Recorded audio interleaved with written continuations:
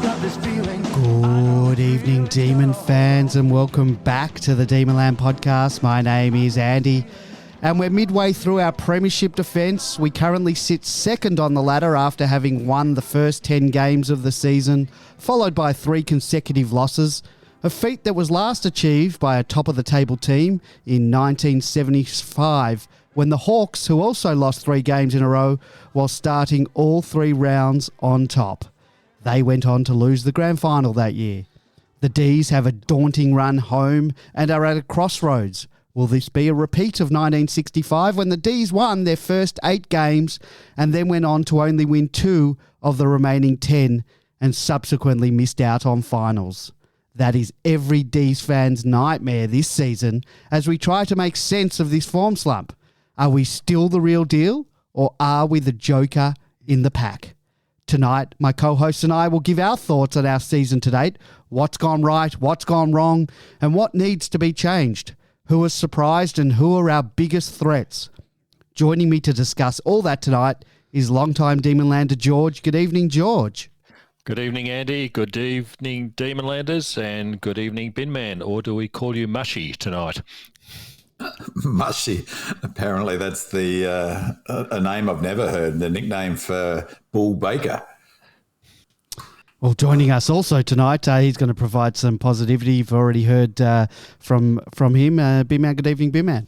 Good evening, Andy. Good evening, George. Good evening, Demonlanders. And, yep, middle of the year, it was quite good watching other teams struggle so mightily, those other top 4 teams. And I have to say I had a very successful punt backing in my loading philosophy. So it's paid for, who paid for have? many a grand final ticket. So, the Saints are back because I figured, the Bombers are back for a win and the line on the loading theory, and that was just the beginning of it. So it was a very successful weekend. Well, you might have something there with the whole loading thing. I must admit I wasn't totally convinced that it's all just the loading, but I did look at St Kilda on the weekend and they looked like they were, running in mud for the first half. They came out after half time and sort of piled on 5 quick goals, but then they were back in the mud for the rest of the game.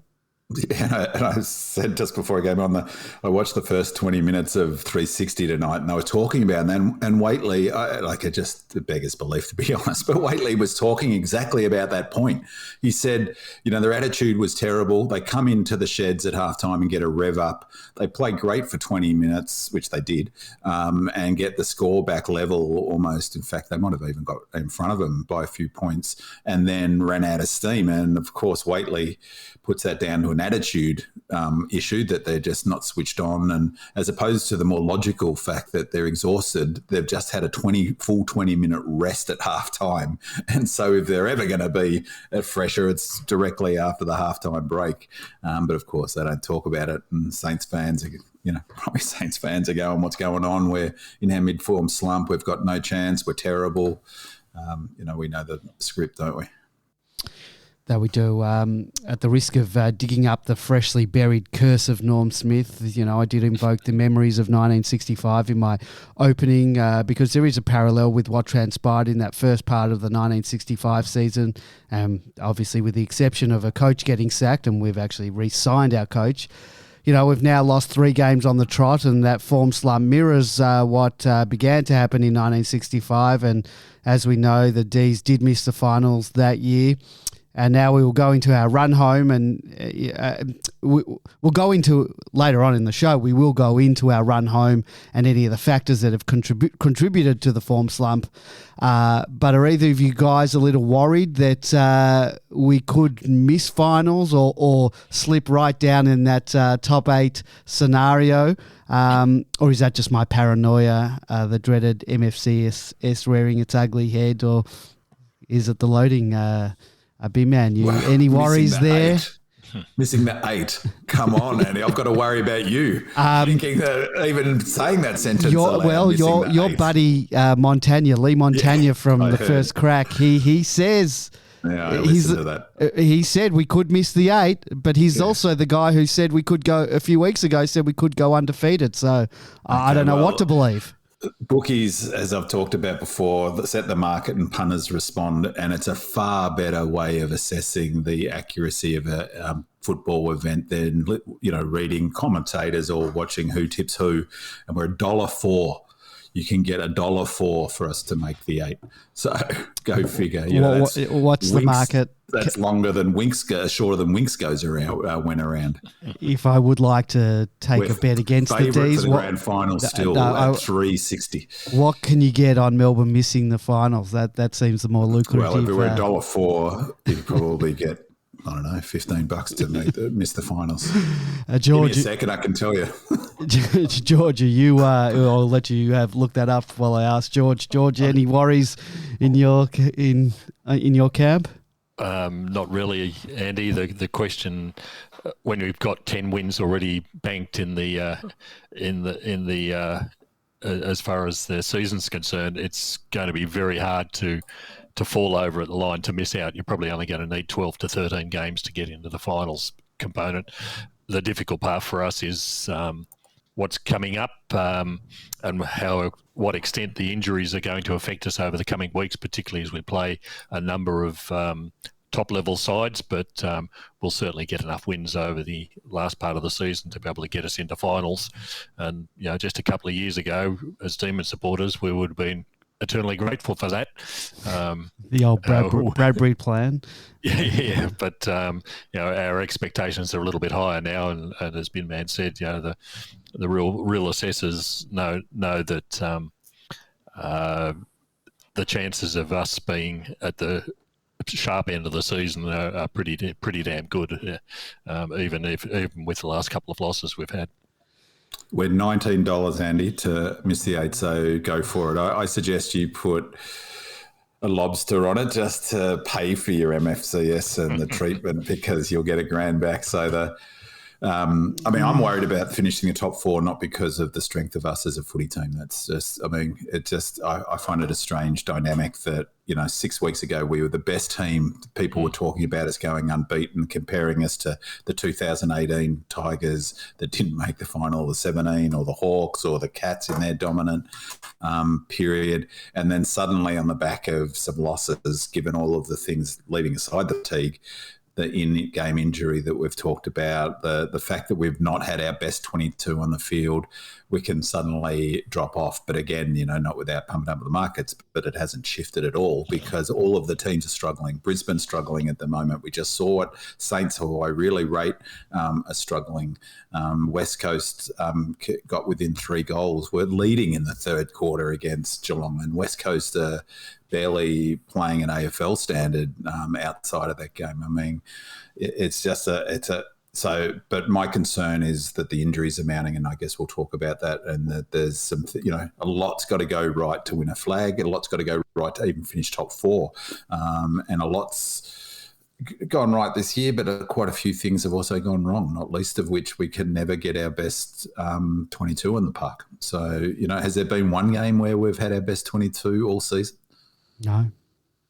I don't think so. And if you looked at it last year, I reckon there was, out of the 23, well, you could probably make a case for each of those rounds we had our best 22, because there were so few injuries that the coach and the coaching staff made the decision that was the best 22.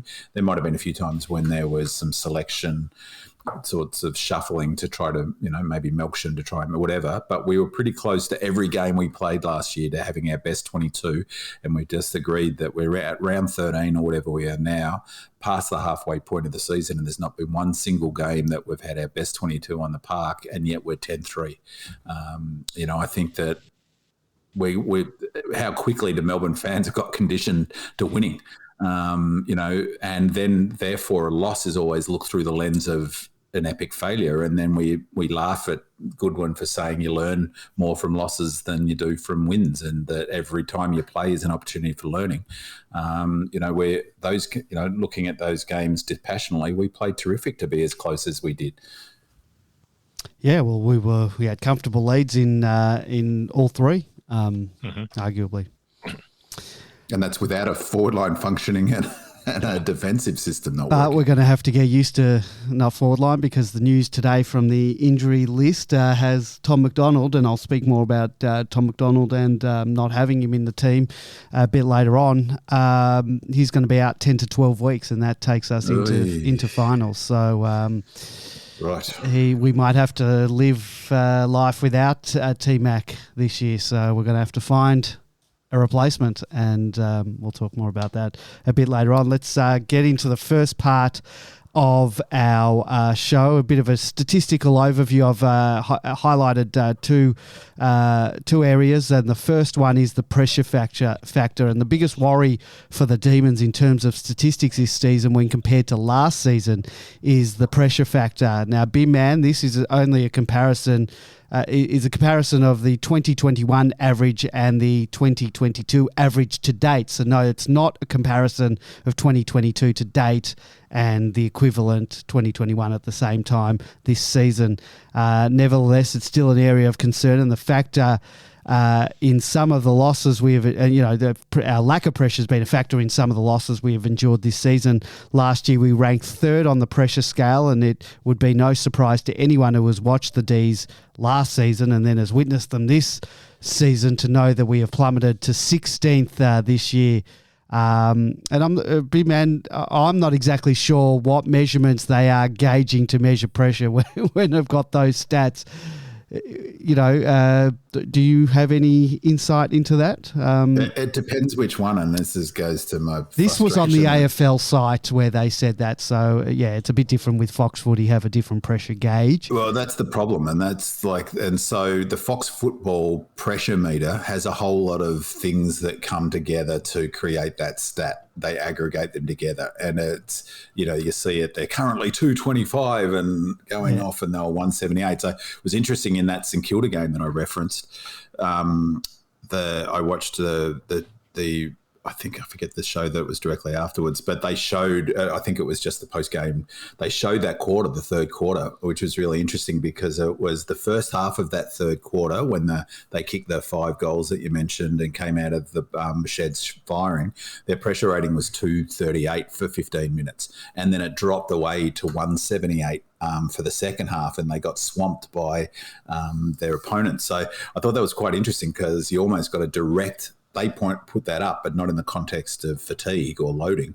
And you could directly almost see the drop-off because of that number. But that pressure number is the one that Fox talks about a lot. And it's things like tackle, corralling gets counted in there, 1%ers, defensive, I'm pretty sure defensive running, a whole lots of 4 or 5 or 6 different individual things to give that meter. But I'm not sure whether that's the champion data you're referring to. In any case, we're down. We're at the bottom of the end, whereas we were at the top of the end last season, and that's the point I'm making, because pressure was a hallmark of our premiership season 2021. It's virtually non-existent this year, and I'm sure there are factors for it. I guess we know how important pressure is. Why is it down? Is the question I guess I want to ask you guys, and how and can we get it back, and how can we get it back? B-Man, I'll start with you, George. You can jump in as well. Well, we sort of touched on this last week, and that was the question that I asked about, was about a similar thing. So we're way down on without the ball, which is a measurement of what the sort of running and defensive pressure you do when you don't have the ball. That's which we were doing last year very, very well. That's our other big statistical drop. But what's interesting is that we haven't dropped at all in contested ball. We're still way up the top in terms of contested ball. Our tackle numbers inside 50 are strong. So in some of the other measures of our contested ball, our clearance numbers, some of the other measures that you could say indicate attitude and effort, we're really strong in. And that was the question I asked George last week is, well, what would be the cause of the drop-off? And is there any sense where that might be possible, that it's not conscious? But I think it reflects, my answer would be is that it reflects a bit a shift in how they're thinking about their preparation for the pointy end of the season. I made the point last week that Gus plays so much deeper than he has previously. Our winger plays so much deeper as well, Jordan, as if we're inviting pressure into our defensive. And part of what we're not doing is swarming forward, and that's where you get your big pressure number up. You get that swarm going forward. We're not doing that as much. Goody said it as much in the first week or second week. Remember, he said something like, well, we don't really care about the opposition scoring. What we're trying to do is, it was almost as if they're trying to sharpen their back defensive work, and it was an exercise in that. And I suspect if you take away that pushing from the half-back flank in the way we do when we're on, your pressure number drops. It also might be that we've not had our best 22 in. That's probably a factor. We've had in-game injuries, definitely in the last 3 weeks. That's clear what the fatigue could do. But I don't think it indicates a sense of complacency, which is what number of commentators have implied. I don't think that's an issue. I think it's a really interesting question, and maybe it's as simple as we're not as ramped up as we were. I think, Goody, we needed to win. We needed to win 5, 6, 7 of the first 10 last year. Otherwise, we weren't going to, we weren't going to push for top 4. We're in a better shape this year for pushing top 4, and so I do wonder whether there's been some calculated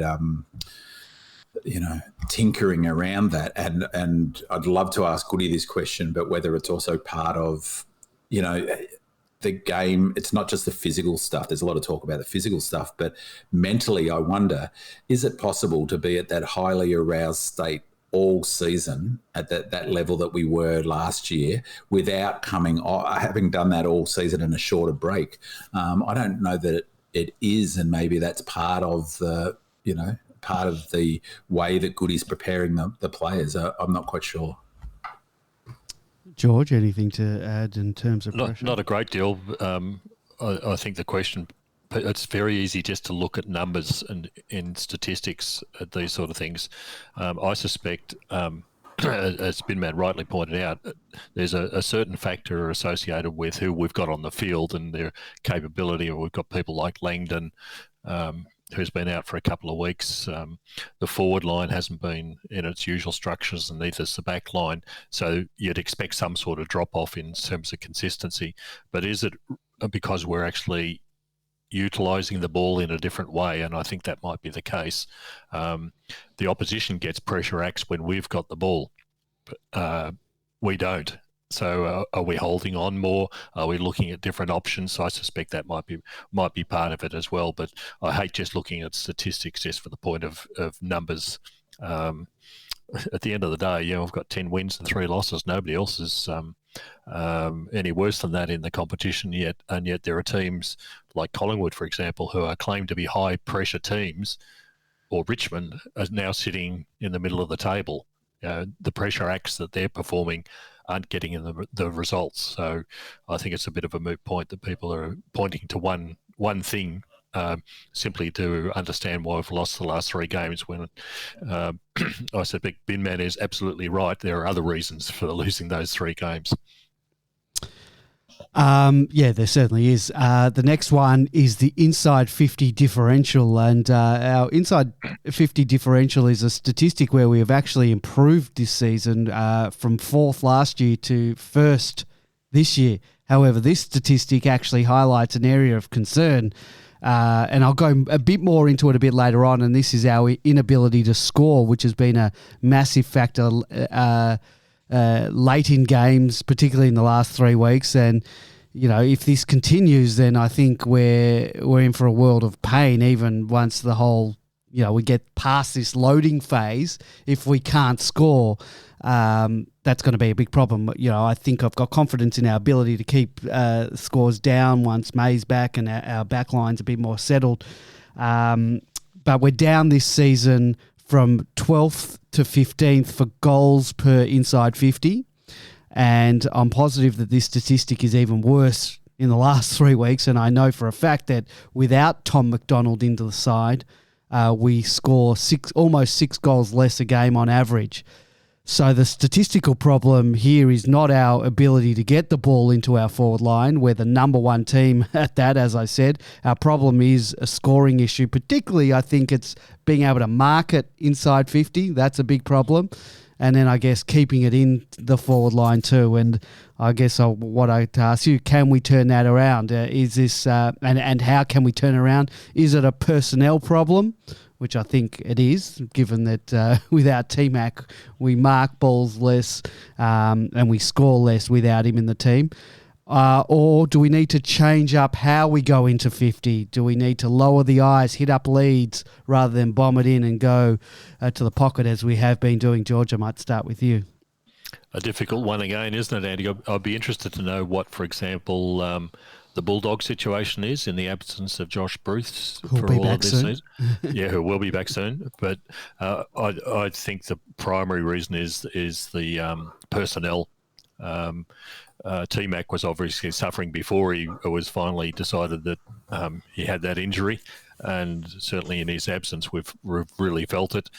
We've had Wiedemann in there trying, for a couple of games to show what he's capable of, and unfortunately he hasn't. So we haven't had a forward line with a suitable structure. Ben Brown struggled in the last couple of weeks as well because he's been left on his own. So it's not surprising that that's dropped off. It will be interesting, but our biggest factor is the personnel in there. We need, I think the formula is that you really need two big, strong forwards. The old classic centre half forward and full forward, wherever they play these days. Could be in the pockets that they play. But we really haven't found them this year, except when T-Mac was in form and Ben Brown was in form early on. We looked pretty impressive. So it's going to be interesting for. And we don't have Max going down there. Max has kicked a lot of goals this year. Don't have him for 3 to 5 weeks or 2 to 4. That's exactly right. Yeah, I'm never ever sure about the lowering the eyes thing. Well, the commentators love saying that. They love it. Yeah, they love it. Yeah, I don't know how you lower your eyes to find someone who's, or would you overlook them? Would you overlook at them? I mean, in any case, even maybe less lowering of the eyes. That's why they can't hit a target. They've got their eyes on their feet. So look, we are facing a difficulty up forward with the personnel, and I think that's the primary factor. I think personnel is an issue. I put it on the, in terms of what the improvements a few weeks ago.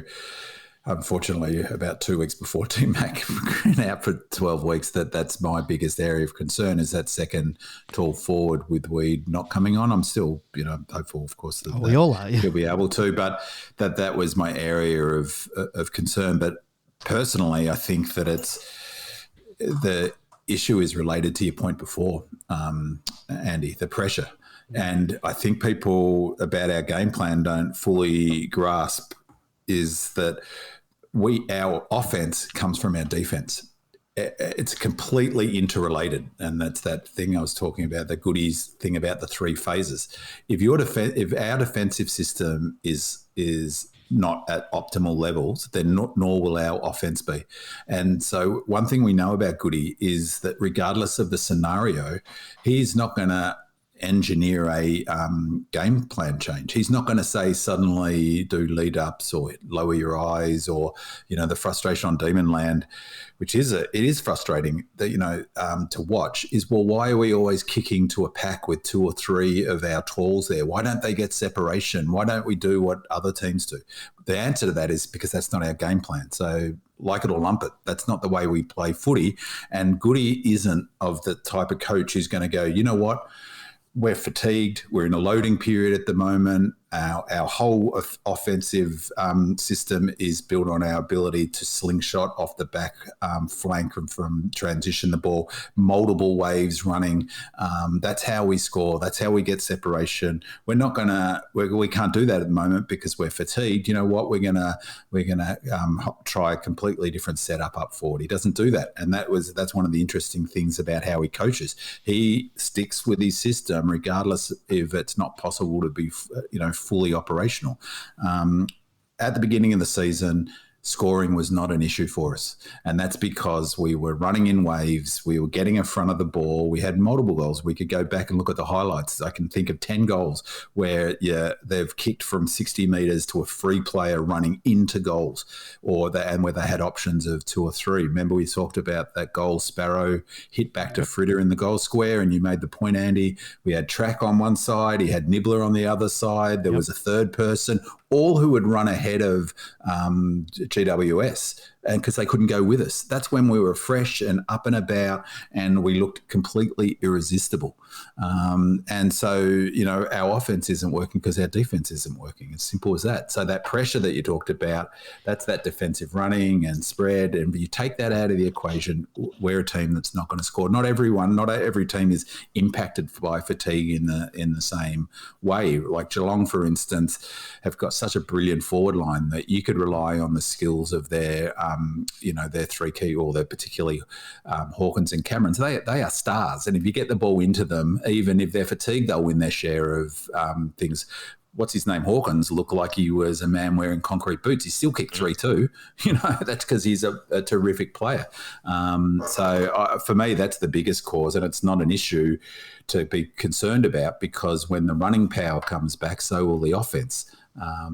But that doesn't change the issue that we've got with T-Mac out. It's a huge issue for us. And I think it is definitely an issue that might be the difference between us winning a flag and not winning a flag. No doubt about it in my mind.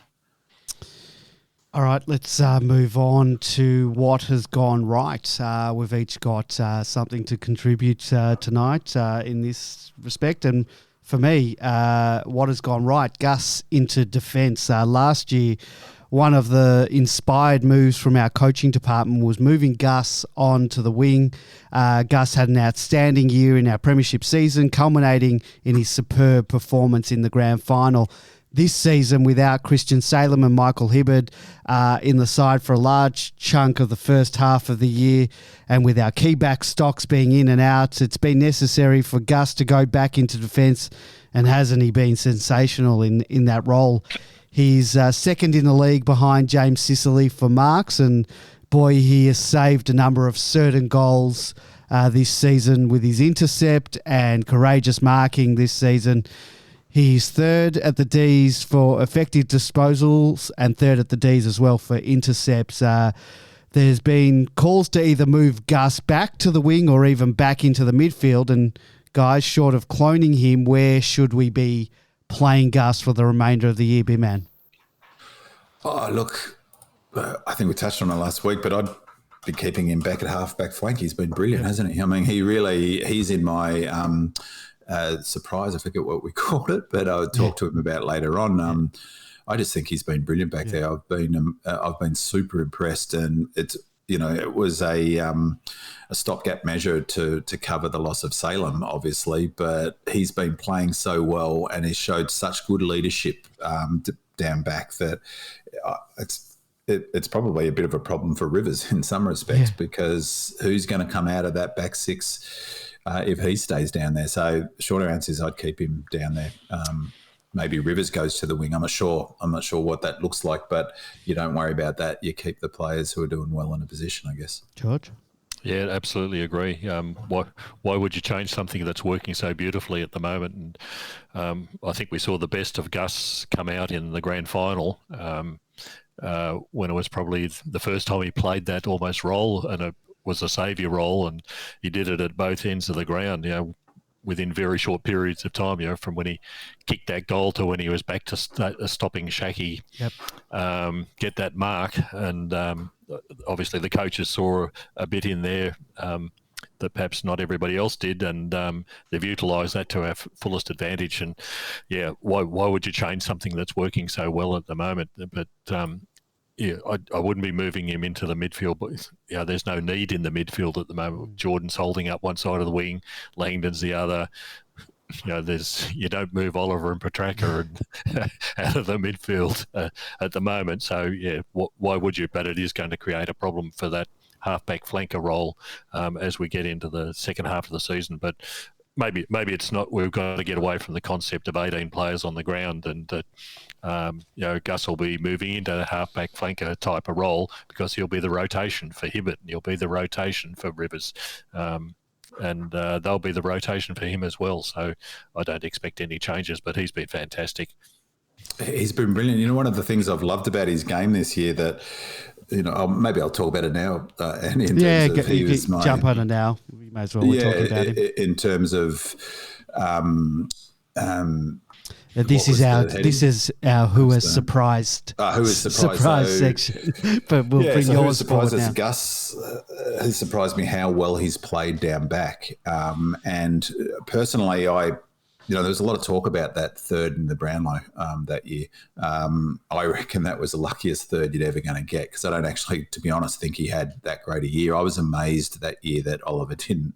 Maybe I'm looking through punting lens because I had a fairly solid go at Oliver to get most votes for the D's that year. So I was watching it pretty intently, could not believe that he came third or got more votes. I didn't actually think, there's a lot of talk about Gus should be a midfielder.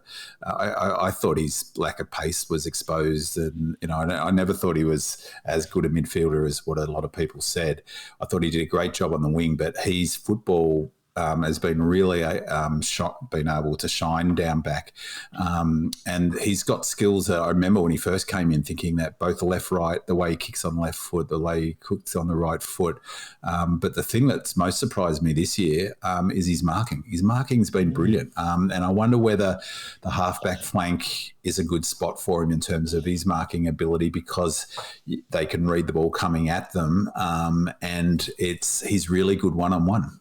And he's number 2 in total marks in the AFL so far this year. Is second in marks per game, which is remarkable. And the other thing that jumped off his stats sheet for me, his 8th in total intercepts through the season. So for a fella who wasn't a halfback flanker, they're really impressive numbers, particularly his marking and his contest. It's sometimes those numbers are padded out for some teams because they kick it back and forth. They kick it back and forth on the half-back line, but we don't. We get it out. We get it out of there. So he's not getting many cheap marks where it's just a cheap back and forward, lateral kick, and he's getting a fair share of his contested marks as well. So he's been a real surprise. I mean, I thought he was brilliant last season, so I'm not surprised that he's doing well. I'm just surprised he's doing this well in that role, so much so that you'd have to say on those numbers, especially the marking, he must be in the All-Australian discussion for a halfback flank, I would have thought. Yeah, a couple of the, they do the mid-year, some of the radio stations do a mid-year All-Australian team. His name's been thrown out there, that's for sure. The other one that's interesting, he's 5th in total uncontested possessions, 9th in that same stat if you went for an average per game. For a halfback flanker, that's a pretty good number, isn't it? He's in the top 10 in the AFL for uncontested possessions off the halfback flank for a team that, as I said, doesn't waste too many kicks lateral down in the back half. So he's been stellar. Certainly has. George, we'll go on to your what has gone right. What has gone right for you? I think it's pretty easy in this case. The 10 wins was what went right. It was 17 in total in succession. And as we're finding out now, you can't take those wins away. Once you've got them there, it gives you something to build on.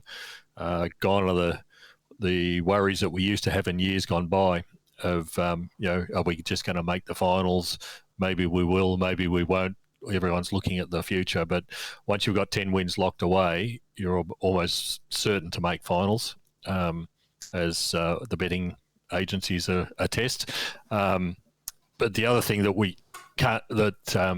you can't change is the talent that the club has available to us. It was interesting, that exercise that was run during the week where the presidents were asked to nominate which player from another side they would, from a rival side, that they would like to add to the list. And guess what? 3 of them said Petrarca, 2 of them said Oliver, 1 of them said Jackson. I think there were only 16 of them contributed. That was probably Freo that said Jackson.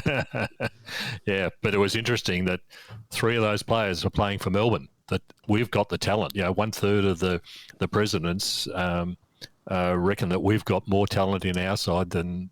Not only that, George, 3 of them declined to answer, I believe. Yeah, yeah. So, on the grounds that it might incriminate them, or well, I don't know. They just declined to answer. Yeah, so gone are the years again when we, hang our hats off a Robbie Flower because he was the only real talent that we had in the side. We've got serious talent in sitting in and around our midfield, and that didn't. People like Gawn weren't even in the conversation, and with 5 All-Australians already behind him. Well, that's probably because due to his age, Yeah, probably but if you were a rival team and you were looking for a ruckman, I'd take him. Anyone would take him in a second. He's first picked. I thought that was fantastic. The sheer talent that we've got there, that won't go away. The 10 wins that we've got, that won't go away. So those things have definitely gone right for us this year. Big man, what's gone right? So attitude. The thing that I think has been terrific, and you see it in the 10 wins, is the attitude of the coach, the attitude of the coaching staff, the attitude of the players. So that pressure stat is an interesting one. Certainly, it raises some genuinely important questions. There could be a number of reasons, but one of them could be a level of complacency. But it doesn't feel like that for me watching this team. They look like they've approached this season with the right attitude. I thought that when we saw them in the preseason against the Roos down at Casey, just the way they attacked that game of footy. And he said to me that they were on. There were a couple of players, I remember saying to you, I'm not quite sure, Rivers didn't look quite on, and then it's interesting that 8, 9, 10 weeks later, or 3 months later, he's not in the ones. But as a general thing, it seems to me the attitude has been terrific, and I think that's evidenced by leaving aside that pressure number. Again, I'm not entirely convinced where that. Another one that probably suggests in that pressure is that we're 16th in 1%ers per game, which is really low for us. But we're 4th in contested per game. We're 3rd in intercepts per game, which tells me our defensive system is whilst not at full rep power, is working really hard. We're 1st in least opponent tackles inside their own 50 per game. It means our defense is working hard back there. We're 5th. Second, 1st in intercepts per game differential. So those sorts of numbers, 1st in inside 50s as well. So we're getting the ball. 1st in tackles inside 50. So more from the attitude.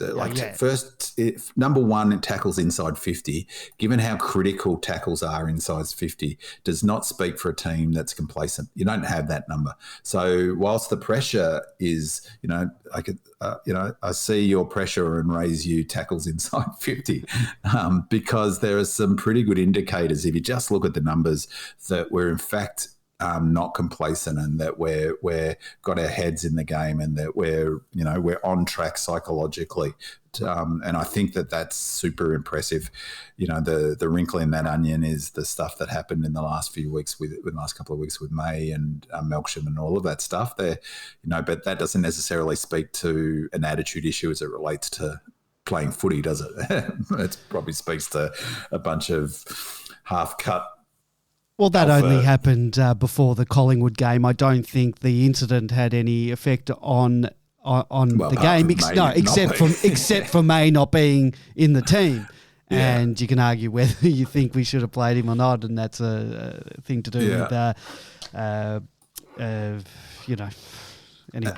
And I think, and it's Goody's happy with them. Goody's happy with the attitude. He reinforces it, and as I've talked about through the season, Goody's presses, I've loved it now. From someone who's like, it was painful to watch, he's revealing, and you don't really need to, he's not great at subtext, Goody, I don't reckon. And so you can see what he's trying to say, or even when he's coding things, you can, like my comment last week about, his comment about the method not being quite there. You don't need to be Einstein to work out what he's saying.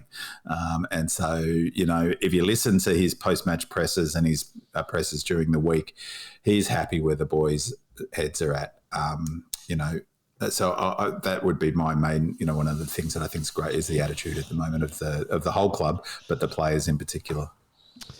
All right, we'll move on to what has gone wrong. And for me, along with our inaccuracy, our connection with our forward line has been my most consistent gripe with the side this season. Each week we pick a positive and an improvement, and invariably I have some issue with scoring when it comes to listing my improvements each week. The statistics in this area speak for themselves. We're 9th in the league after everyone's played the 13 matches for points scored. That's not terrible, but it's not great, and it's fine because our defence has been so good. It's a long way off from the massive scores, though, that we were able to pile on later in the 2021 season.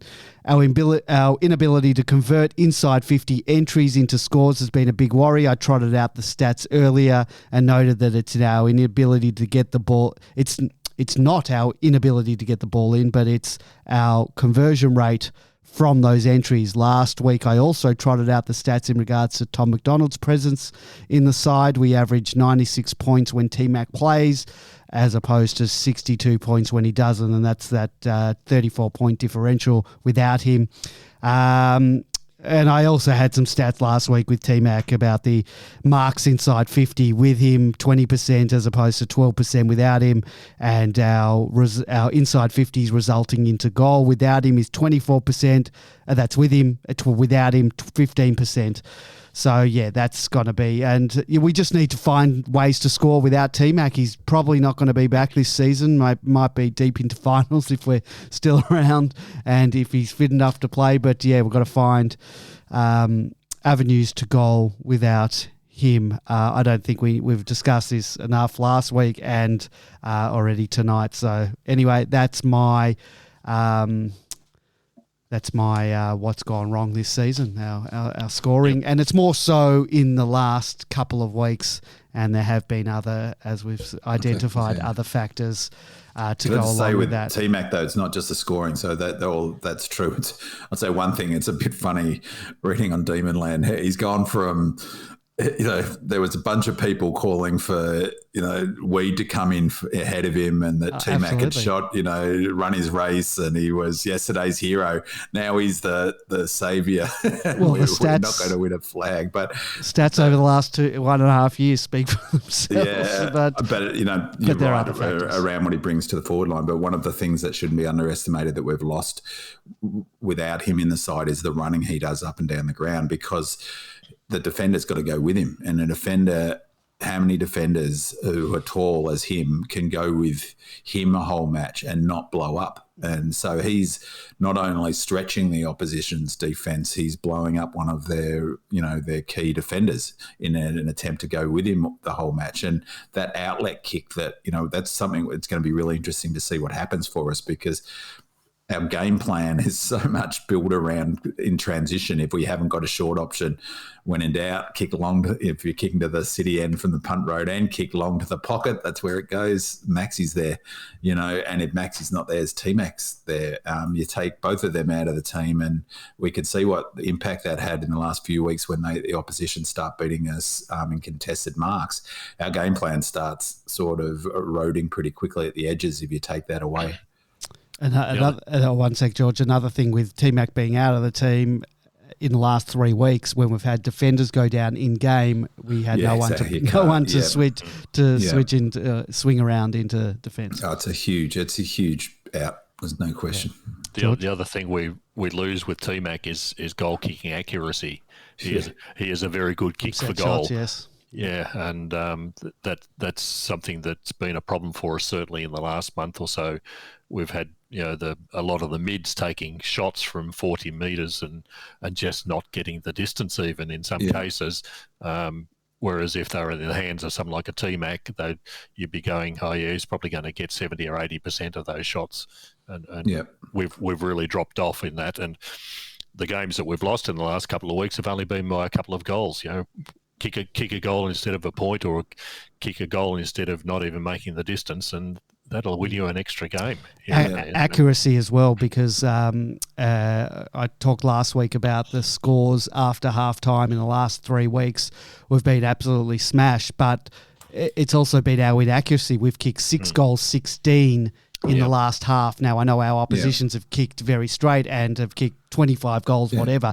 We've had a 106-point differential, but 6 goals, 16, you have 16 goals, 6. It's a different story. Oh, well, we win 2 of those 3 games. So you're right, Andy. You've long said our inaccuracy is going to cost us a win. Well, I'm not saying we would have won those games, but Well, I am. Of course we would have. There's another myth in footy is in good kicking. Bad kicking is bad football. They wouldn't have won or would have gone back to the centre or whatever. Of course, we would have won at least the Swans game if we'd kicked accurately. Exactly. I mean, that was hopeless. The other thing about T-Mac that we missed down forward is that no one's blocking. And T-Mac does a huge amount of blocking. And partly I think it's a function of his high-level elite basketball skills because it's just standard stuff to do in basketball. Who was blocking for Ben Brown on the weekend? I mean, Ben Brown's not in great form. He's someone who probably does get impacted. He looks a bit ungainly. So if he's fatigued from loading that, he's the sort of player that it's going to really impact on. But Mitch Brown was doing no blocking for him. I mean, he's probably not big enough, but T-Mac does a huge amount of blocking and it's really hard to see. And what was noticeable, I thought, on the weekend without T-Mac in the side, I'm not sure if you fellas felt the same, is how often our big players and specifically Gawn and Brown were being smashed in big packs with no coverage, with no blocking, with no one like Brown. It's not even blocking. T-Mac will go run into a marking contest behind Brown.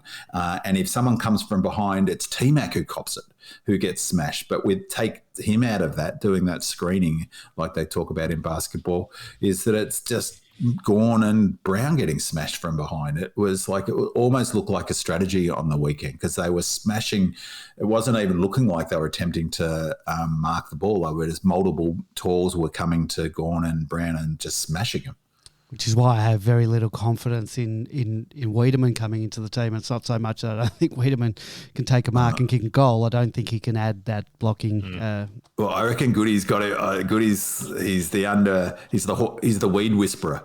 That's what that big boys thing was about. And did you hear him today? There was very opposite sort of noises coming from Goody, probably because he has to pull the weed rain, so to Weed's speak. Playing this, there's no doubt. Mixing all my metaphors and analogies there, but I reckon he's getting him revved up, and I've got this weird dream of weed coming good, and maybe it's time. I welcome her with open arms. George, you're what are we on? What's gone wrong? I think it's I've got the easy one here. The injuries to the side, not just those injuries before the games and the suspensions before the games. They've occurred at critical points in the ground, both the defence and the forward line. They've happened all at the same time. It's not like, we've lost a backman here at the early part of the season. We'll fix him. We'll have a replacement by mid-year or something like that. It's just all happened at exactly the same time. And as Binman has pointed out earlier, that our defensive systems are where we attack from. And then we find even when we're attacking, we've got an absence of players up at the other end. We've lost them in games. In this last week, we had Turner out. We had May not there. We had who else? Petty was injured. Petty was Petty injured. Off. That's 2 matches. He's played only barely a half a game of footy. Yeah, and then to try and bolster the back line during that period of time, we took Brown out of the forward line so we could have another tall down back. That's how desperate we were. During that time, it's all happened at the same time. So Lever's a little bit proppy still. He looks, yeah, and it's not surprising he's a bit proppy because he's bearing the brunt of the absence of all these other players around him. Ben Brown's feeling the brunt of not having a T-Mac around to help him out. So it's not surprising they've all dropped off, and it's all happened at the same time. While the team was playing with a full back line and essentially a full forward line, we look fantastic. Once those injuries have hit, it's really cost us a lot. The good news is apart from Max now, that most of the and T-Mac being out, is we're going to at least get our back line back. So part of the crew's back in action, and we'll see. I think we'll start to see the effects of that quite considerably in the coming weeks. It's been, I agree. Like, I don't reckon you can underestimate the impact as well of, as you said, George, of so many games having key injuries during the match. Like, particularly when we're already struggling with our system down pack, it seems like there's been challenges thrown at it structurally where, we're all applauding early on when we lost Salem, how quickly he recovered in that particular match, and, other examples where we've been able to shuffle our back defensive six to sort things out when Lever went down. But, you can only do that so far before the cracks start to show. And, like as you said, last week was just surreal. We had Turner who'd come in for an injury for May, well, not for a self-inflicted injury, with May knocks himself into next week. Minutes later, Petty gets smashed again. He's off the ground. Gorn comes off minutes later. I mean, that's three of our key tall players gone in a 3-4 minute period. So it's been huge. And the other impact is on to be honest, it's a credit to how well drilled this team is, but that's an incredible lack of continuity compared to what we've used to in the last 12 months. Like, not having the same back six at all at any point. I don't think there's been a single game where the same back six is lined up or the back seven is lined up the following week. I might be wrong. There might be one or two, but, we've barely had a game. I'm sure we haven't had the same team at any point in consecutive weeks. Maybe we've had a couple, but our continuity's been, terrible in terms of players into the team, and that has a huge impact. That's hopefully, fingers crossed, our second half of the season, we get a bit of luck from the injury gods. Big man, what's gone wrong in your eyes? This is really not, excuse me, it's not to say it's gone wrong, but Fugazi is what came to mind with this is, and by that I mean all of the external rubbish that's been going on. So we start the season in February with, I don't blame the Herald Sun. I mean, it's just that's what you do. You try to create interest or whatever, but that whole tech stuff and the Sorrento business and all of that was all pretty unedifying, to be honest. And then for all of that to come up again at the same time as, the May incident, losing 3 in a row, all of that outside noise, of course, the club's done well to protect itself from it, but that's got to have some impact. It's got to be distracting to a certain level. And I thought it was incredibly telling. And what was interesting was how little coverage this got. But the letter from Kate Roffey to members, speaking of subtext and reading between the lines, you didn't have to do either of that in that. It was a incredibly strongly worded statement in response to Bartlett's quotes in The Age the other day about his disappointment in the media. It was a really interesting statement from Kate, I thought, and speaks to, I think, a level of anger at the club in terms of that external noise. So that's out of our hands, but it's definitely not ideal, is it? Like, can only be distracting, even if the club and the four walls and all of that palaver. It's not great to have that external noise.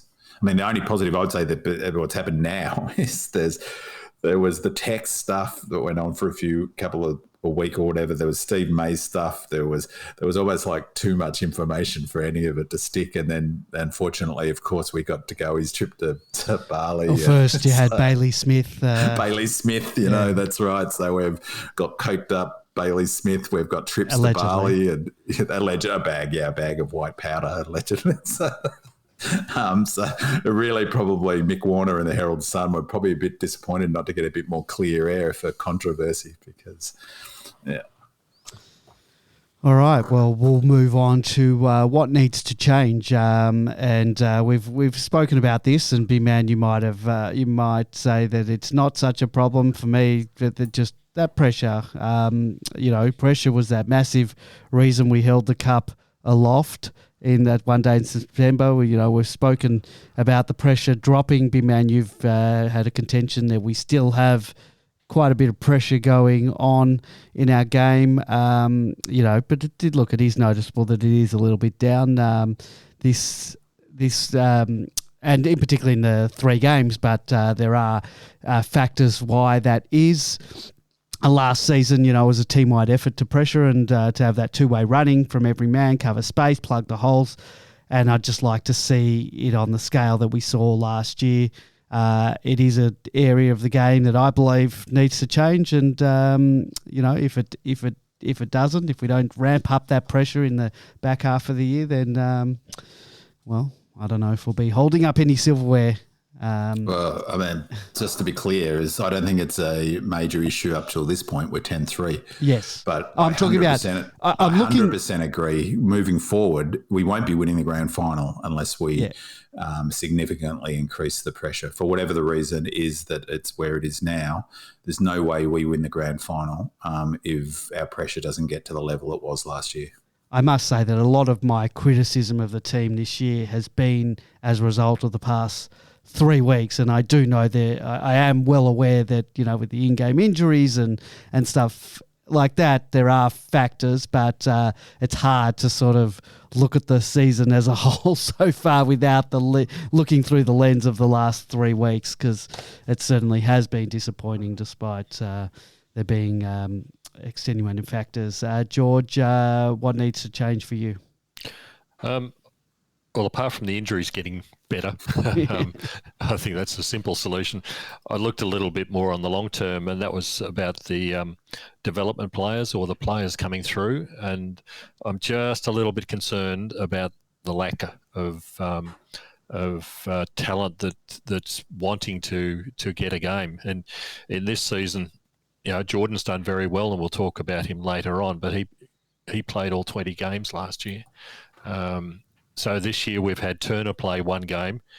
Bedford's played 11 in and out and on the bench. We've only had Dunstan and Chandler with 4 and 3. My question is who's next? Who's going to improve this side? Because if you want to be up and challenging for a premiership again this year, you need to improve. And while we were lucky in that we had so many young players playing in last year's premiership, a lot of those players were the players who've improved. Who are the ones coming through now? Who's going to make us a better club? Who's going to make us a better team for the future? When you've got Dunstan has probably come in as a filler for in the middles more than anything else, but Chandler and Bedford, once again there's almost break class players at the moment. They don't seem to be pushing others out of the side when there's probably capabilities to do that. So my concern is what's going to happen in the future, both the near and the longer term, if we can't get that development going into these players showing more than perhaps what they have to date. Look, there's also the fact that they all missed a season last year. There was no reserves competition, so we lost a year of development. And I think there's quite a number of players running around in the 2s at the moment that are probably still a year off challenging for a position. Van Roen, Woden's a new player, Moni's Wakefield. There's a few players there that have potential, but probably just a little bit off. So, yeah, I agree. We don't have anyone that's sort of on the cusp now to get a game. And, look, we've got in the 2s as well. You got Rivers running around. Hunt played last week in the 2s. They can still come in and challenge and be, significant contributors to the team. Wiedemann, we've got hope that he can come along, but he could get in the team and do something. But, yeah, we don't have much at the moment knocking the door down. Yeah, the trouble is we've got expectations after a premiership. You want premiership players in there, and my question is, where are they coming from? Big man. Next year's draft. That's like we trades. And so we're writing off this year then. Yeah, we're tanking already now. But okay. Look, I think that it's a reasonable question, but I think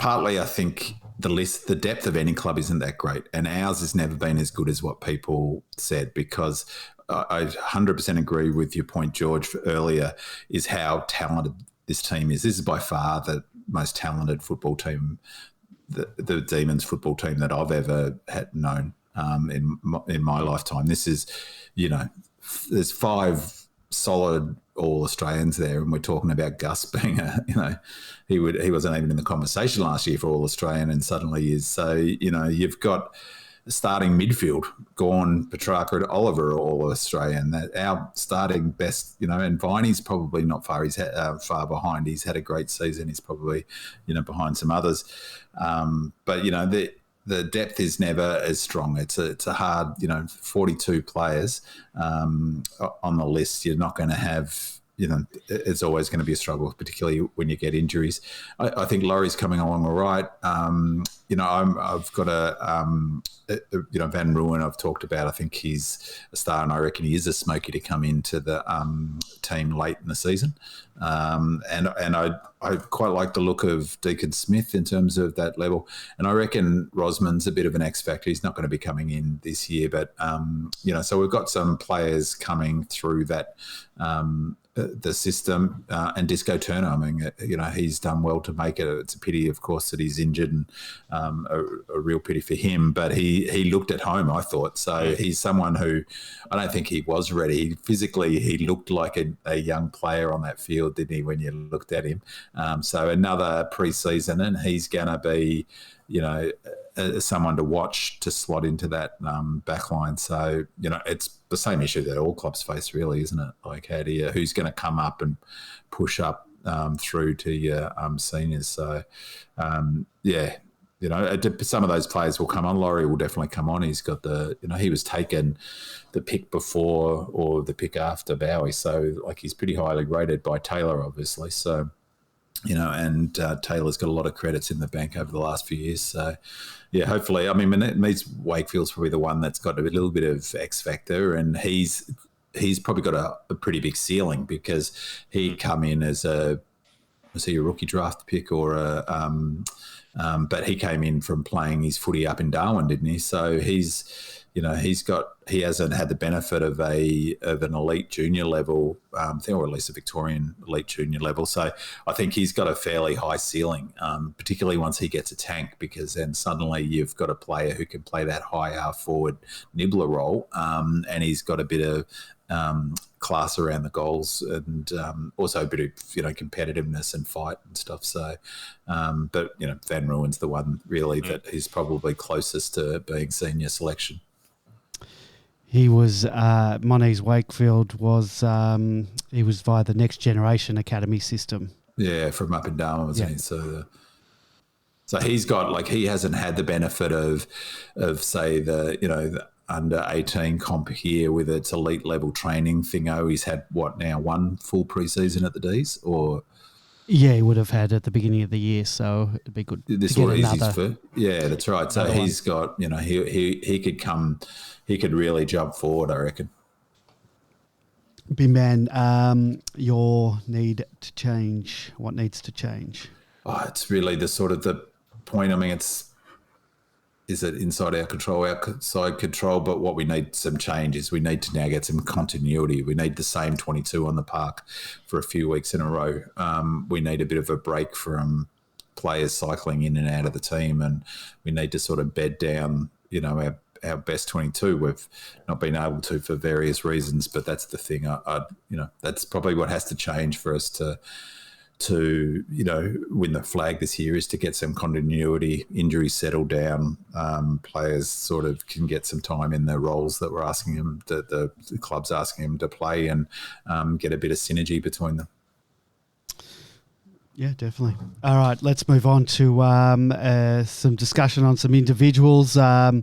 Who has surprised you this year? For me, James Jordan has been my surprise pack of this season, and surprised he's probably going overboard, because I did have every confidence in him that he could have played and filled a role in the grand final last season, and I think he's been fantastic this season in all the roles he's been given. He's primarily filled in on the wing, as Gus had to move into the defence, as we've spoken about. Prior to this season, his PB for disposals was 23, and that was from 25 games, with which half a dozen or so was as a sub.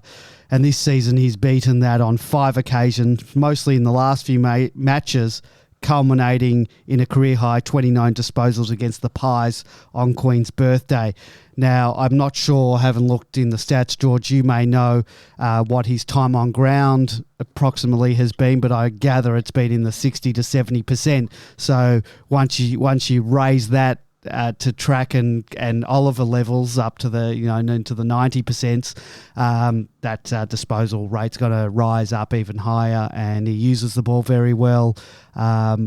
He's a lovely kick for goal when he does take a shot. I'd like him to have more shots at goal when he gets down there. But yeah, wrapped with James Jordan this season.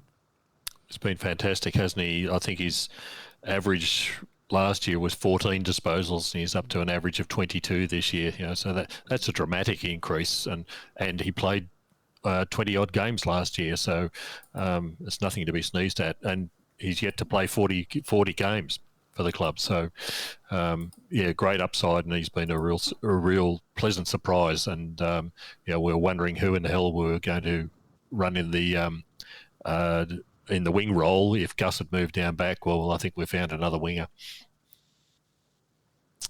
Big man, anything you want? Love him as a player. Just love a natural footballer, as we've talked about over the last couple of years. Taylor has a real eye for natural footballers. It's the thing that obviously attracts him the most in terms of who he selects. If you look at all of the players, Bowie, in the last couple of years outside, maybe even Jackson's not natural football in the sense that, not in the way Jordan is at least. I just really love the way he goes about his footy, and I reckon he's underrated even by a lot of Demons fans, James Jordan. But he strikes me as a sort of player who, like his not his namesake, his number sake, whatever the term is, Junior McDonald. I thought Junior was always an underestimated football. He was always one of my favourite players, both character-wise but also his ability-wise. I'd never thought Junior McDonald got the credit he deserved for the level of football he played at, and I suspect that James Jordan will end his career with a similar level of, people will never give him quite the credit, because he looks like a VFL footballer. He doesn't look fast, but he gets to the right spots. His kicking action doesn't look aesthetically brilliant, but he hits targets. He's clever, he's durable. But, from Goody's perspective, the thing he must love the most is he can think of the different positions he's played in his just 2 years of footy that he's played. Like, he's played everywhere. Halfback flank, he replaced Viney last year for a few weeks as an inside mid. He's played wing now, and he's done great at every position Goody's asked him to play. So, team player, role player, and as Uze said on the podcast when we interviewed him, by all what Ooze said was that he's a top shelf bloke to have around the footy club as well. He's a really first class citizen. So he's a terrific player at the club, and I think, as George said last year, he's a future 250 gamer, and he'll get there and go, well, didn't even notice him. And he's a better cook than Tom Sparrow, apparently. That's the most important statistic. I stand corrected. His percentage, time on the ground percents in these first half dozen games were between 70 and sort of 70, low 70s, high 70s. But as of late, the last half dozen games plus, it's been in the 80s. His highest was 89, a couple against North Melbourne. So, yeah, he's starting to rack up more time on the ground, because last year it was a lot lower. It was in the 50s, 60s and 70s. George, who was surprised you this season?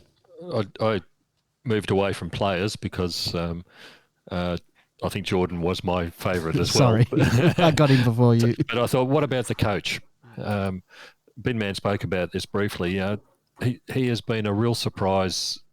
Winning a premiership's a wonderful thing, but you really start to see the character of people when things get a little bit tough. And boy, have they been tough over the last, month and a half and things like that. And he has stuck to his guns.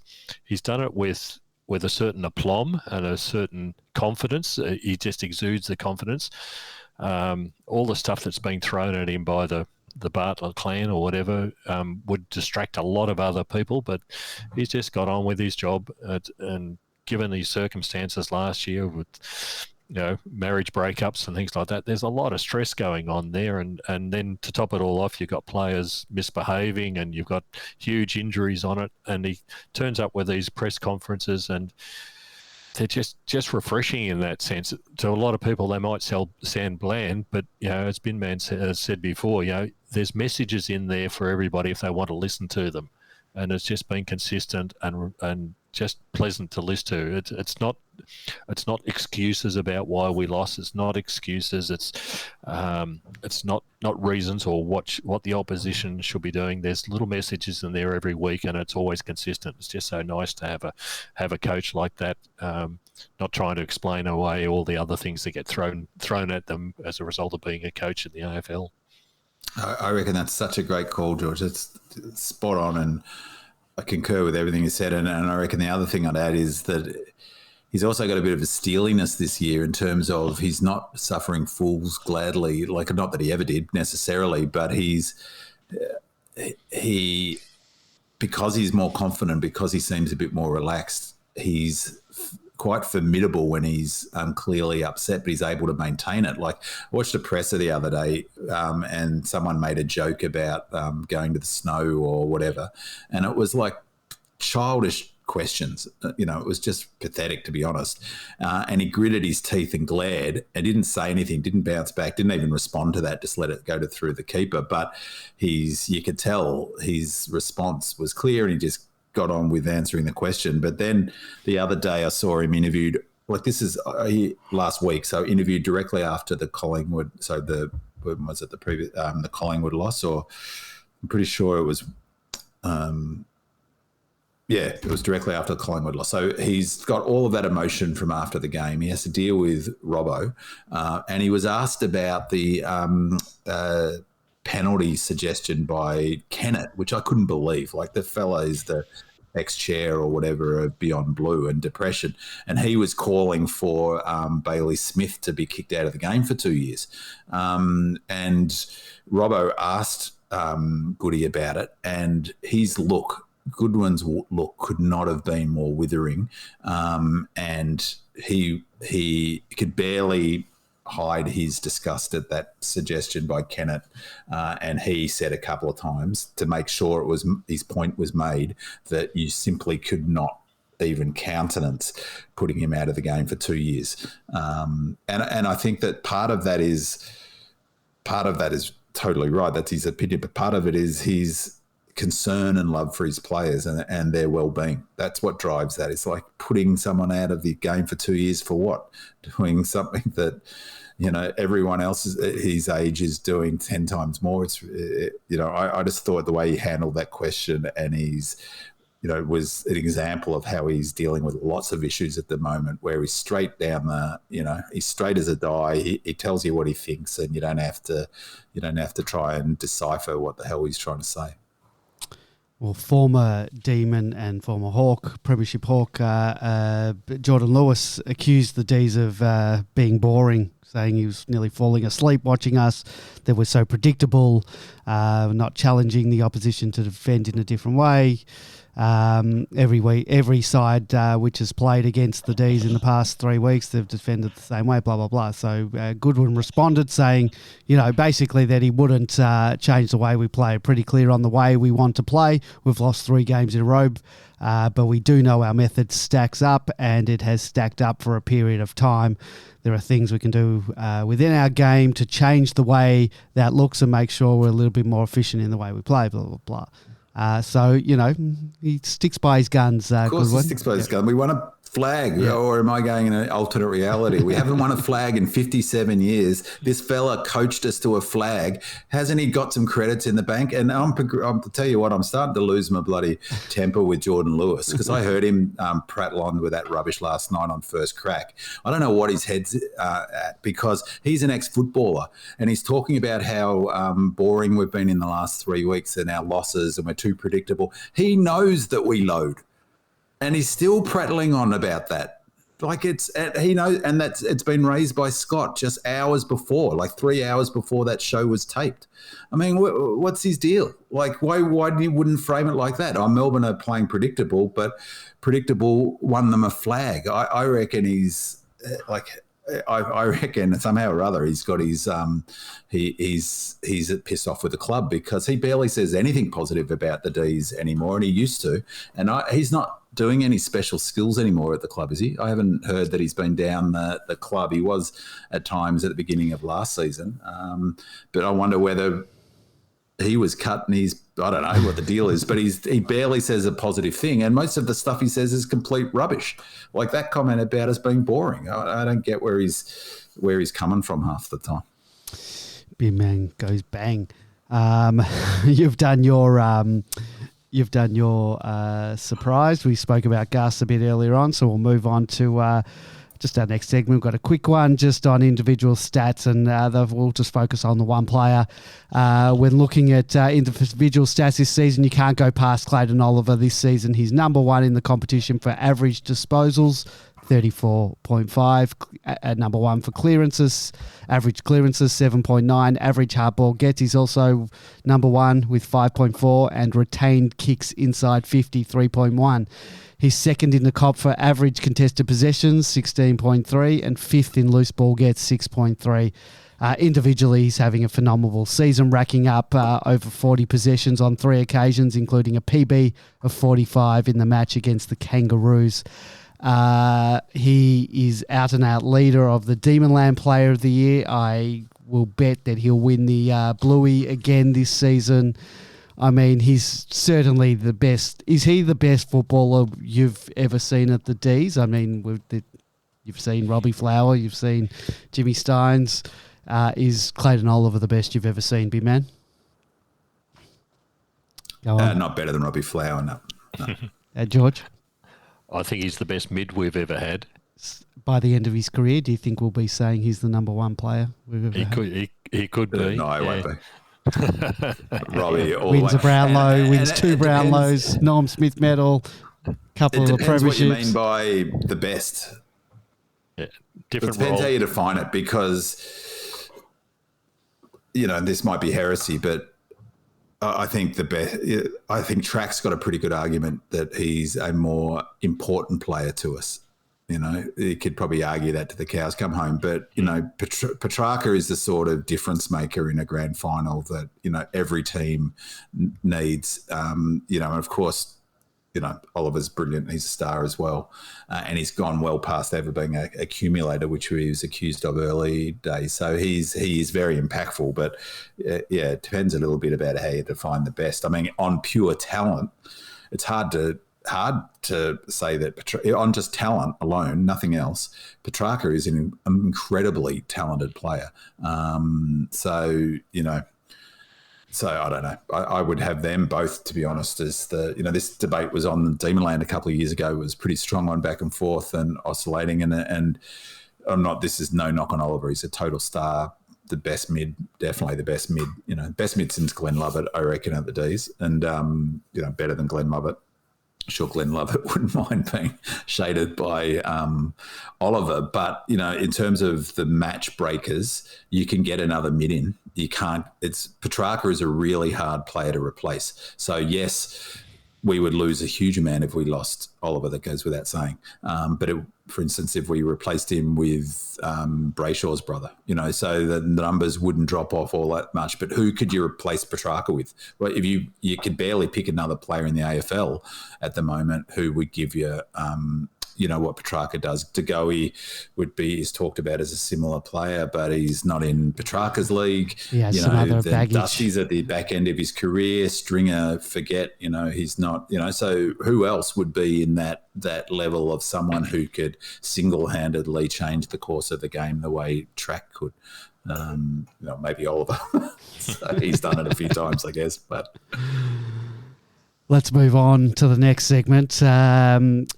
Which is our opposition watch. And I guess the question that we've posed each other is, who is our greatest threat come finals? And I guess I've chosen someone who I don't think necessarily is the best team in the competition, but I'm going to stick with my pre-season tip here and stick fat with Carlton. They've got a tough run home, so we'll get a better sense of where they're at in the coming weeks. And they do have some injury concerns. Their midfield rivals our own, I reckon, with the likes of Cripps, Walsh, Chera, Hewitt and Kennedy. Their forwards are formidable, certainly more formidable, I think, than ours at the moment, with Charlie Curnow leading the Coleman race on 40 goals and Harry Mackay on 27. They're a bit depleted, as I mentioned, down back with Wiedering out. And one criticism of the Blues is that they still have the ability to bleed scores and cough up leads. And for me, they're a bit of an unknown, and I don't like the prospect of playing them at the G with a big final-starved crowd behind them.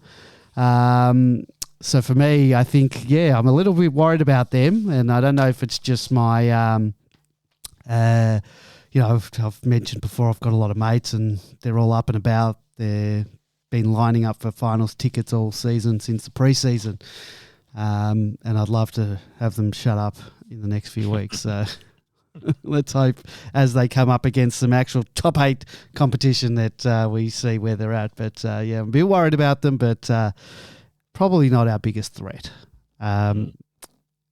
George, who's your biggest threat? Sad to say, Geelong. Who we all wrote off at the beginning of the year. Who we all wrote off, they're all old and falling away, and they still are. But looking at where Geelong are at the moment and their run home, while most clubs, in the top 8, there's a fair number of clubs playing each other. What was interesting for the Geelong is that they've got their next 3 games are all at home. How did they get such a blessed draw? Like, you look at their run home for a top 4 team. And then it doesn't stop at that. While they have 2 away games after that, then of the last 4 games, they have another 3 at home. So looking at Geelong, I think there's a real chance. They play 5 of the current top 8, but I think there's a real chance with that home ground advantage that they may well finish. They could well finish top 2 coming in. The other interesting thing about it was last week, before the last week's game, they had 13 on their injured list. But as of this week, there's only Parfitt is the only one who will be unavailable. They've got 3 others who haven't played a game, but they've basically got a full list apart from Parfitt. So home ground advantage and few injuries. All these old legs that they're been able to rest, I think they will challenge in terms of where they'll finish at the end of the season. I think they'll fall over again in the final series because those old legs don't get any younger. But I think they'll put themselves in a position probably for another preliminary final. It's interesting, George, leaving aside the fact that Scott basically came out and confirmed that clubs do load and have been forever and a day, and that's always been part of the Cats program. I thought what was really interesting about his comments was the philosophical shift that it indicated. It might have been a bit of not a throwaway comment. No, it wasn't a throwaway comment, but he might have been over-egging the pudding a bit. But he said that he's happy, like if that they're going harder than they normally would in this period now because it hasn't worked for them previously, and that, clearly without, his suggestion was clearly Melbourne were by far the fittest team in the finals last year and steamrolled everything in front of them, and they don't want to be in that position again. I thought it was and then he said, that if that means this heavy loading now that we're doing now means that we finish 9th, so be it, was his comment, which I thought was a really interesting philosophical shift. And I thought to myself, right, okay, they're now a contender where I didn't think they were at the beginning of the season, almost because of that philosophical shift, because what they're saying now is that they've had the whole football world applaud them now for over a decade for finishing top 4 regularly. But, so what if you're not winning a flag? It's what we talked about last year. And it seems as if they've come to that exact same conclusion. And I wonder whether I've always quite liked Scott, and his presses is another one. His presses are excellent, and I really like his honesty. But I wonder whether Hocking has played a role in that as well. He's famously, he's proactive, Hocking, and he's got some pretty clear ideas. And I wonder, whether he's come in and said, given authorization for a shift in philosophy, because it's not just up to the coach, it's a whole club decision, isn't it? It's like there's a lot of reasons why it's important to keep putting yourself high up in finals, not least of which that you contend. But that's partly based on a logic that we continually put ourselves in the frame in top four, we'll get one. But they clearly come to the conclusion. I mean, he couldn't have made it more clearer. He said as much. It's not, whatever we've done in the past hasn't worked. And so we've got to go harder is essentially what he says now. And what I read into that is replicating the approach that the Ds have taken. And I reckon that will stand them in really good stead because they are a super talented list. I was thinking, Brisbane have probably got the second most talented list, but, geez, they've got some guns. A big factor will be Dangerfield. Hasn't been much spoken. It comes up every now and again, but he's not been the same footballer. But if they can get him back on the park, fully fit and firing with that forward line, I expected them to fall away, but been impressed with. It's not just actually that physical stuff. They've changed their game plan to be more territory focused, and so it's been a big shift in mindset. And I think because of those things, they're a much more dangerous side than I would have had them at the beginning. And I agree they're a legitimate flag contender now, whereas I didn't think that was the case at the start of the season. B-Man, you want to move on to your biggest threat? Look, I think it's been, for me, Freo's the biggest threat because I think in footy now you're not winning a flag without a really sophisticated defensive system. I think Geelong have got a great defensive system. It's built on a model that they've had in place for a long time with intercepts. They've got Stewart back there who's just a star, total star. It's amazing to think he came from playing not even VFL level footy into that setup. But the Freo are the only team that have got a defensive system that's anywhere close to as efficient and effective as ours. I think they're a year away, 2 years away, probably realistically, from being a super contender. It's one reason why, barring injuries or things, that's one reason why I'm confident of us continuing to win, and without banging on about punting all the time. It's also a key reason why we're still 360 to win the flag, and they haven't come in much shorter. They've got, really solid players. I reckon Darcy's going to be a star, total star. They've got Brayshaw racking up numbers. They've got Pearce holding back a defensive back half that, numbers very similar to Melbourne in our last year. They've got some X factor in players like Schultz. I think that's probably where they've got it over us, to be honest, is they've got sharper small forwards in Fredericks and Schultz. They've got players who can do the business and also tackle, but both take their chances. They're both goal sneaks. Like, really, we've only got Cozzy who would fit that sort of category. I think they've got height down there, and Taberner's an underrated player, I reckon. So they've got a lot going for them. And in a similar way as Geelong, teams have to travel every second week. They're playing teams on their home deck, which is the longest trip in footy, isn't it, over to Perth? I would have, prominently because of their defensive system and the way they play, as the major threat. All right, well, let's move on to our Smokies. If I had to pick a Smoky for finals, it's got to be the Suns. They're a chance to sneak in, given a favourable draw. They're young, they're full of run, they're playing some good footy at the moment. If not this season, then look out in the next few. And, we've seen that things can turn around very quickly in football, and I'd love them to get a crack at finals. Look, we had it tough against them early in the season. So, look, they're a bit of a smoky, and definitely one to watch in the years to come. I concur. I really like that. I want both of the so-called expansion teams to be successful, because it's good money after bad, isn't it, if they're not? And I really like what Stewie's done with them. I like the way that the club's back Stewie Dew in. I really have disliked the talk about Clarkson being able to choose whichever club he wants. I really enjoy watching him play. I heard early in the season, I think it was Sam Edmund or one of the commentators say that a player had told him that a D's player had told him that by far the most physically tough game so far this season was the game against the Suns. I agree, Eddie. I'd love to see them do well. They're going to struggle to make the 8, but if they do, they could do some damage with the way they play footy, I reckon. They're only a game out. It's a pretty big logjam. Yeah. In that. Yep. George, your Smoky. One of the other ones in the logjam is Sydney. Never underestimate Sydney, particularly with the way Longmire's got them trained. This week they've basically only got Hickey is the only one not available, so they'll and Laddams has been suspended for a little while. The remaining games, they've got 6 games against the top 8, but 3 of those are at home.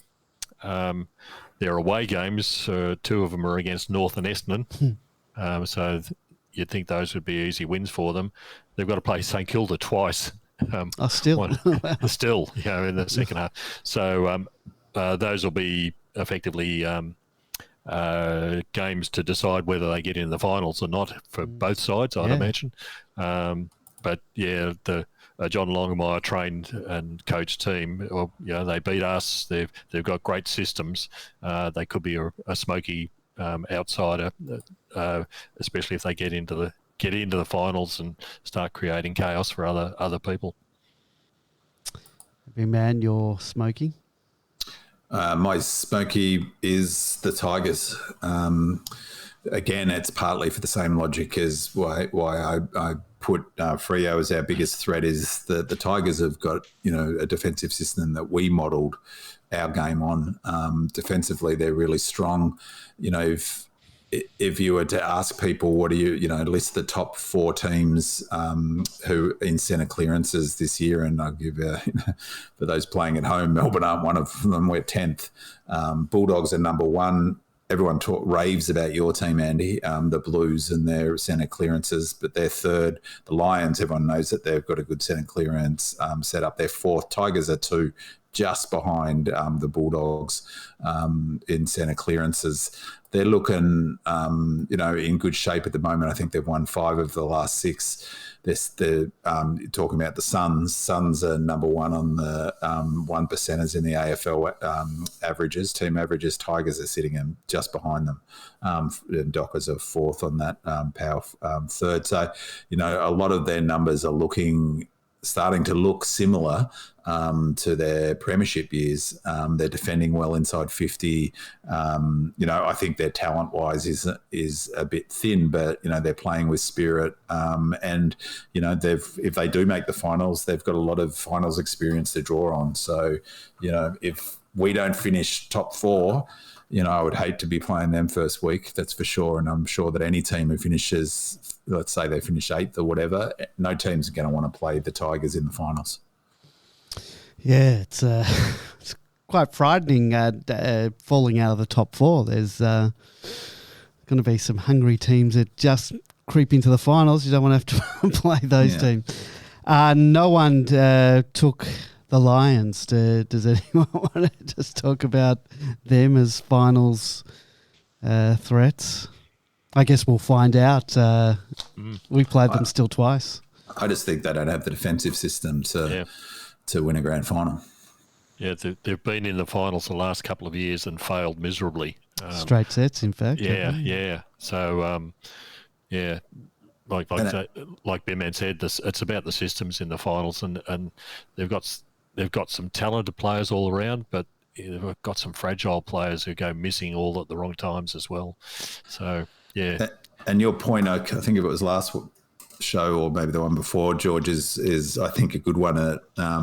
Is that it's not like that. They've been up and about near the top end of the ladder for a number of years now. It's not like they've suddenly introduced a whole bunch of new players. So we know what we're going to get come finals. That's why I was amazed that they haven't tried to retool a little bit the way Geelong have, because I would have thought that the history suggested whatever their style isn't getting them to the promised land, that some changes, because suddenly it's a relatively old list. The one player that I would say is a huge thing for them, and I love the way he plays footy, is Cam Rayner.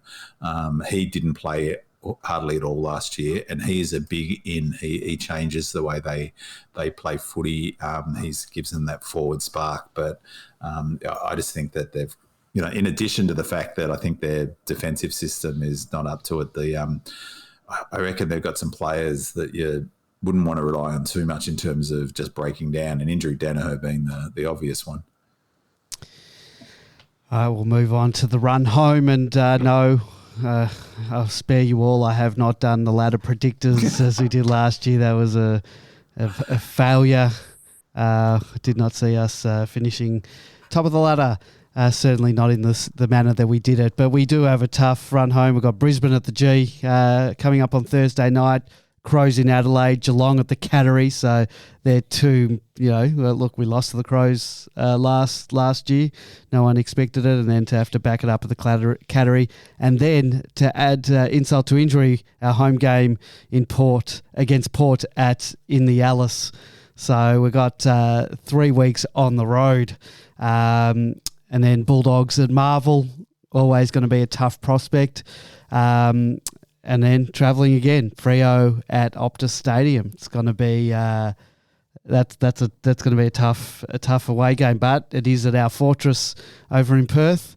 And then got a couple of weeks of the G with the Magpies. I reckon most likely going to be, that hasn't been fixtured yet, but I reckon that's likely to be on a Saturday night. And then they're saying the next week is Carlton at the G, which they reckon will be on a Friday night. And then finishing up Gabba, which they reckon will also be Brisbane at the Gabba on a Friday night. So, look, it's a tough run home, but if we want to win a premiership, we know what we've got to do. It is a tough run home, leaving aside what that means for the Ds in terms of where we finish on the ladder and our chances of top 4 and all of that stuff. It's pretty exciting though, isn't it? Like, I mean, even big fans like ourselves were getting a little bit complacent at 9 zip, and God, we're going through the motions at the footy, tra la la la. But this back end of the season is, each game of them, bar 1 or 2, is out and out blockbuster, isn't it? So, I think it's for D's fans, knowing that we go along to each game for the rest of the season and it's got something big on the line. A lot of 8-point games there in terms of thinking, finishing top 4. Even the other ones against the non-top 4 teams suddenly become important that you win them.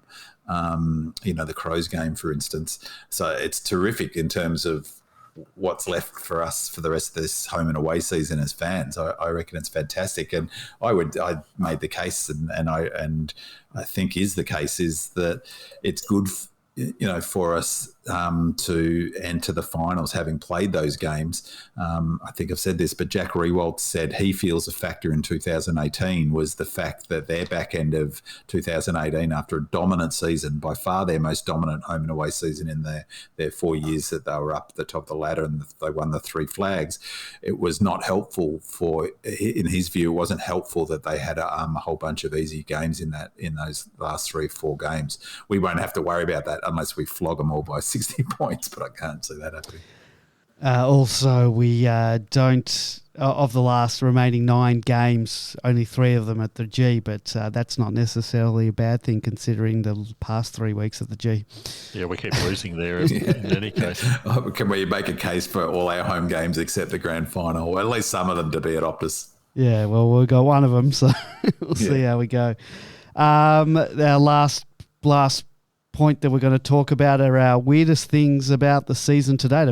B-Man, I believe you brought this one up. This question, you posed that to us.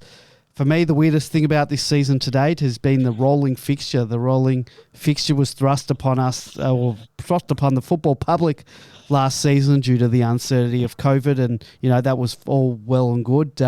I also had no problem with the AFL revisiting the rolling fixture format this season because it was sold to us with the promise that they would reward teams that were performing and give them primetime slots. And having won the premiership last year and having won the first 10 games this season, I don't believe that we've been adequately rewarded in this regard. Moreover, teams that have not only underperformed but have stunk it up have benefited from their failure. And the case in point is Essendon have just played 2 Friday nights in a row and will be playing in an absolute blockbuster this Friday night against, wait, let me just check my notes, the high-flying West Coast Eagles. I just don't understand that. You've got the AFL, has more egg on their face this week because first plays second, third plays fifth, fourth plays sixth, and seventh plays eighth this week. And we're playing on the Thursday night, which arguably isn't great for... Poor man's Friday. Yeah, well, it also, I don't know, look, it might be good for TV, but it's not good for it's not good for... There could be 50,000 if that was a Friday night. That's exactly 30,000 probably. Exactly right. And they've got Essendon playing West Coast, and they knew full well when they scheduled that match on Friday night that both teams were terrible this year, and that was the rolling fixture. The whole point of the rolling fixture was to reward teams, and Freo, who have been playing great, have been given one Friday night this whole season. Come on. Now, the topic, Andy, was weird. The weirdest thing, not the thing that makes you most angry. Well, that's weird and angry. I didn't know what to do. Weird was funny. I don't know. It's that's weird to me because why wouldn't you do... It's not about even what... All right, it makes me angry, but it is. You got the rolling fixture. Use it. Yeah. It's just weird that they're not, but I don't know. If Essendon supporters are going to watch it, and Eagles, you can see the Eagles fans aren't going to the game. Have a look at Eagles Geelong. You could sit anywhere there. It was empty. George, what's your weirdest thing? My weirdest thing is after 57 years and finally getting a premiership, how supporters, in particular, their approach to the game. It's in previous years, we used to, look at ladder predictors constantly. I haven't looked at it once. Look, who are we playing next week? It's a completely different expectation. When you're 10 zip at one stage, even 10-3 now, you've got a different approach to the way you look at the future, and you've got a different approach to where you've been. If you're 6-7, you're worrying about, who are we playing this week? What are our chances this week? You're not looking at the longer picture. But I thought it was also interesting that the club and the players even would have a different approach to it. The players.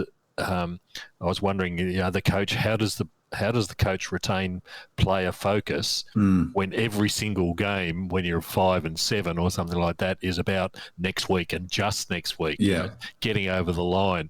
Whereas we would have a different approach to the season now. Okay, Max is out for the next 4 weeks. What are we going to do about it? But we've got a longer term aim towards the end of the season.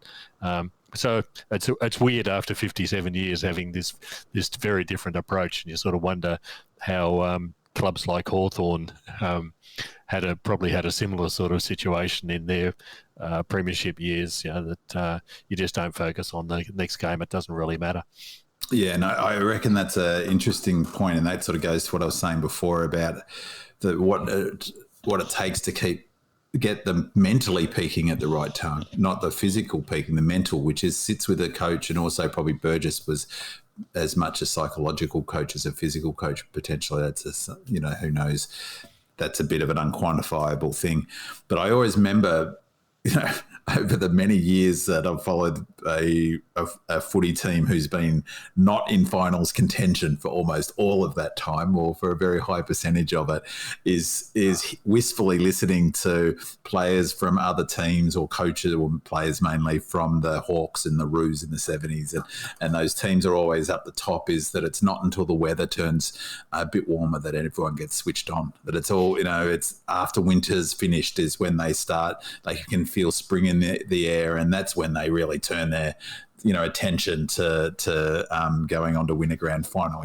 So they play, going through the motions until August, and of course winning still 90% of their games. So I think that, and what I have heard lots of players who are in that situation say is that come that time of year, you don't need any external motivation. You don't need anyone ramping up. You know what's ahead of you. Suddenly, it's only, even now, it feels like, we've only got 9 more games for the home and away. Suddenly, even now, with all of the teams having had their bye finished now, the ladders is as it should be in terms of everyone's, that we haven't got missing things, because it does feel like suddenly that the end of the season's not that far away. A few weeks ago, it felt like it was never going to get there. B-Man, your weirdest thing about the season?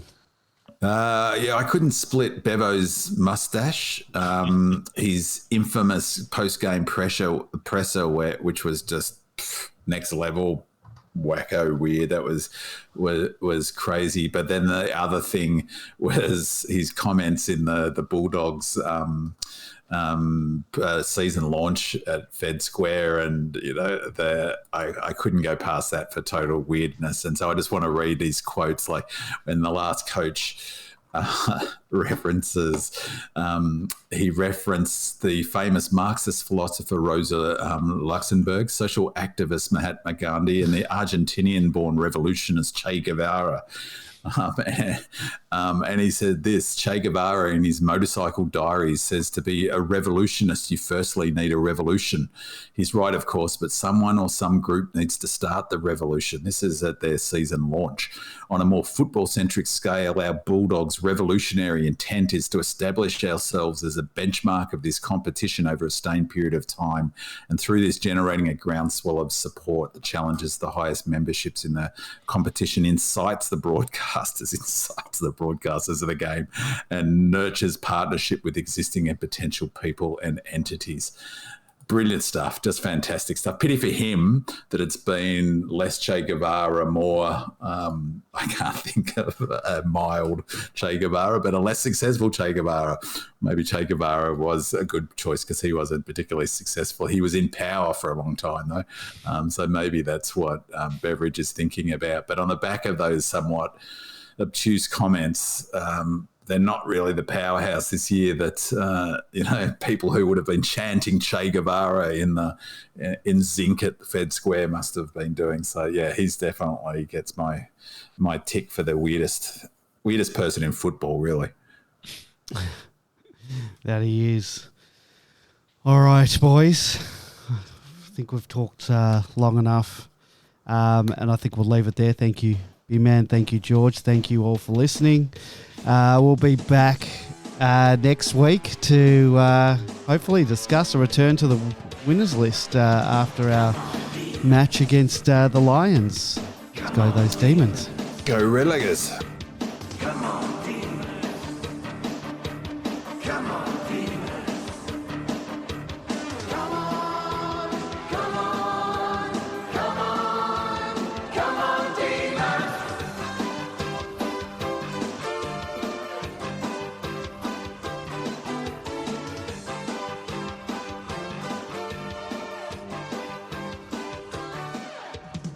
I've got this feeling